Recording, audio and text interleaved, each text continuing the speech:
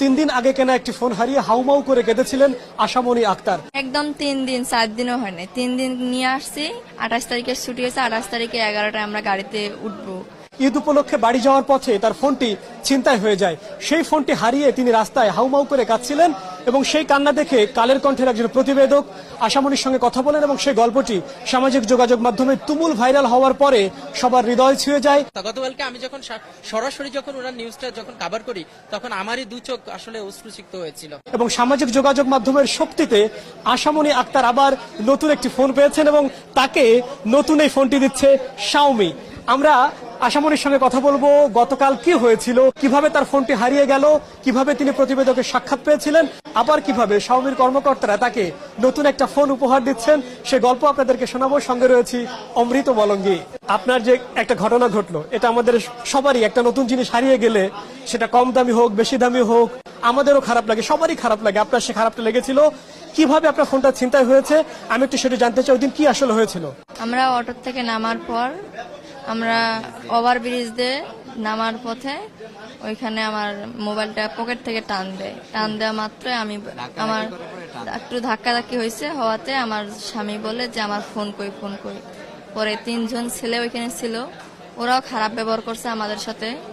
পরে আমরা বললাম যে পরে আমরা ফোন করার পর ওরা 3 জনেই ছিল।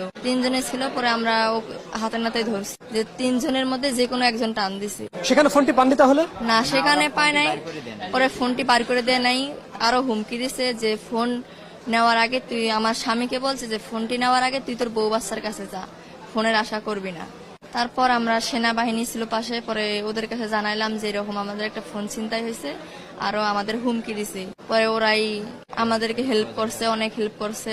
ওই 3টে ছেলেকে ধরে ওরা স্বীকারোক্তি করছে, পরে ওরা স্বীকার নেয় নাই। তারপর ওদেরকে থানায় দিছে, থানায় দেওয়ার পর ওরা স্বীকারোক্তি নিছে যে আমরাই ফোন নিছি, ফোন বা অথচ আমরা টাকা দিয়ে দিব, আমাদের একটা মিটমাট করে দেন। কিন্তু তারা ফোনটা কি করলো? সাথে সাথে নাকি আরেকজনকে দিয়ে দিল? ওইটা বলে নাই। অনেক লোক আছে। তার মানে সেনাবাহিনী আপনাদেরকে সাহায্য করেছিল? হ্যাঁ, সেনাবাহিনী আমাদের সাহায্য করেছে। আমি একটু আগে যে কথাটি বলছিলাম, যে কোনো একটা জিনিস আমাদের হারিয়ে গেলে আমাদেরই কষ্টটা লাগে। আপনার ফোনটা এত কষ্ট লাগছিল কি নতুন ছিল এই জন্য নাকি? একদম 3 দিন 4 দিনও হয়নি, 3 দিন নিয়ে আসছি। 28 তারিখে ছুটি হয়েছে, 28 তারিখে 11টায় আমরা গাড়িতে উঠবো। 4 দিনও হয়নি একটা নতুন ফোন। আশামণি, আপনি কি করেন? আমি মেহনাজ গার্মেন্টস করি, নাম মেহনাজ, আমি গার্মেন্টসে চাকরি করি। আপনি দুজনে স্বামী স্ত্রী? জি। আপনাদের কত বছর বিয়ে হয়েছে? এই তো 4 বছর। আপনার যে কান্না, সে কান্না দেখে অনেকের হৃদয় স্পর্শ করেছিল, অনেকে আপনাকে খুঁজছিলেন কিন্তু পাওয়া যাচ্ছিল না। তারপরে শাওমি কিভাবে আপনার সন্ধান পেল?